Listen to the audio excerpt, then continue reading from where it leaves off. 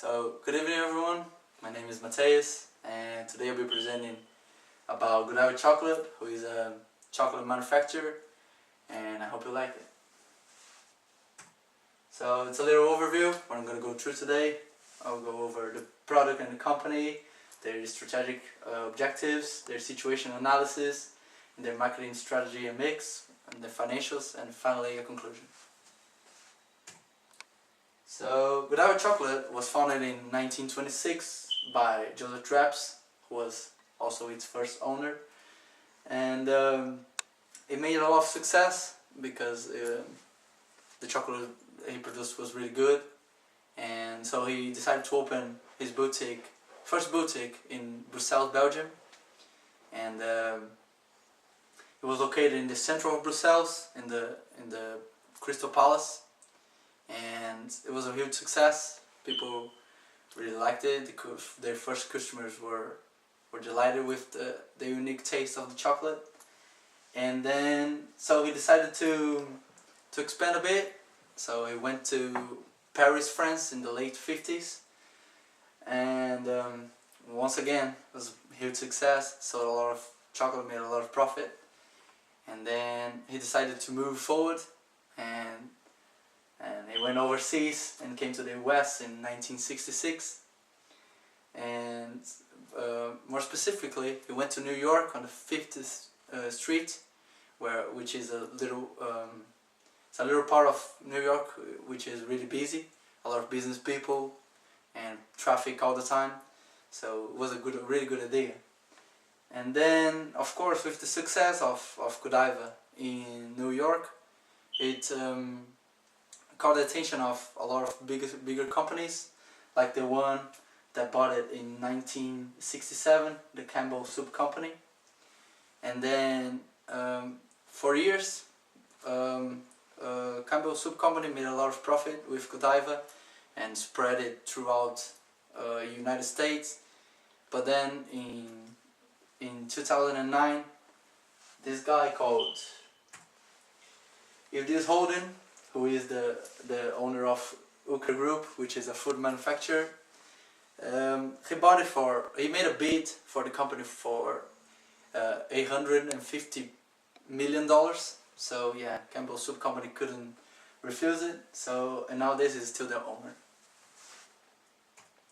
So their strategic objectives. So their mission and their goal is to delight the customers, the taste of the chocolate with the good service, and their goal is always to expand. Like Joseph Traps did at the beginning, Ilma's gonna probably keep doing it because it's been a huge success. And their mission statement pretty much says what Godiva is all about: look, smell, listen, feel, and taste. And their business strategy is to make the service good, the product good, and always have a good variety of products, because the demand nowadays for the variety, it's there. And they also have a reward club for whoever buys it, whoever is loyal to the company. So they make good offers. They also make they always donate some chocolate for whoever bought a lot of chocolate from them. And they focus on being the best brand, always being the best brand with a strong name they have and the popularity. Yeah, they have a good strategy for that. So the competition advantage that I see they have, it's their advertisement. They have a huge budget, a big amount of money to make advertisements. So I think that's a good point. Their advertisements like this one, they're pretty, they catch your attention. So every time you look to the advertisement or watch it, and then someone talks about Godiva, it always comes to your head. It's always a really good advertisement. So always ahead of competition like that. So their market size, I'll be talking about the industry analysis.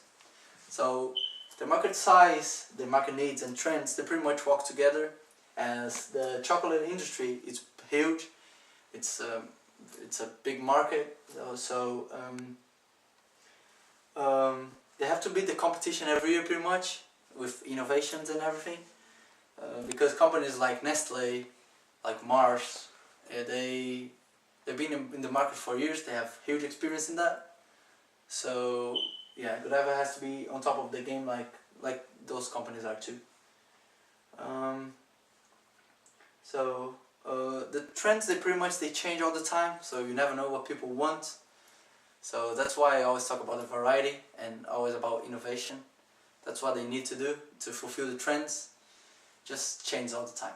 That's the way it is. That's how it is with a lot of markets, and the chocolate market is one that fulfills this. So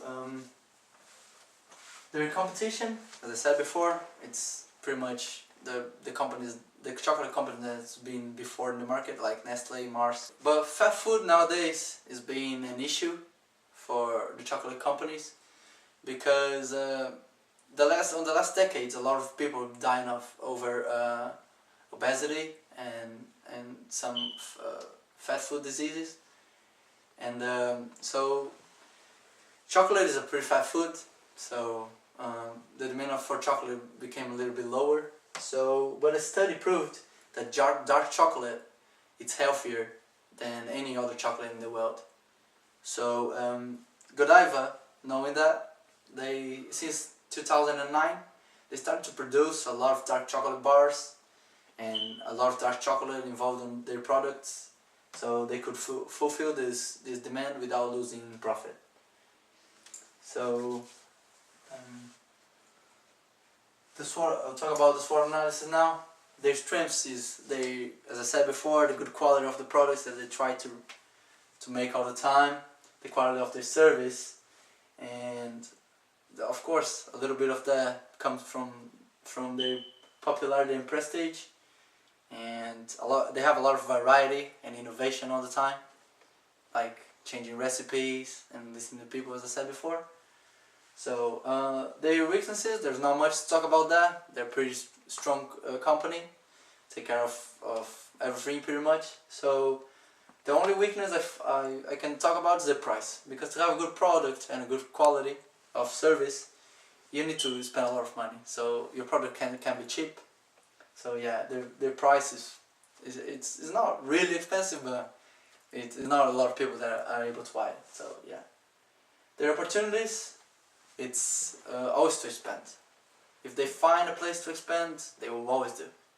Like I said before, expansion has been one of their biggest strengths, is being expanding and being successful all the time.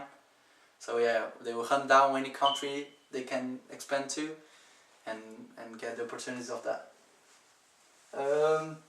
The threats it's companies with similar products, like I said before.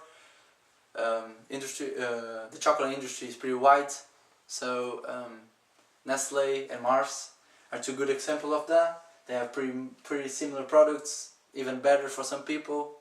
So yeah, that's the threats.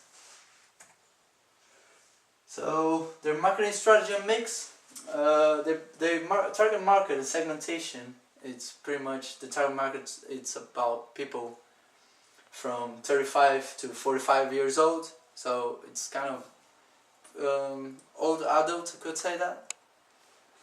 So in the segmentation, they work pretty much in two kind of things. One thing is to have a good product and good service and sell it, could create value for people.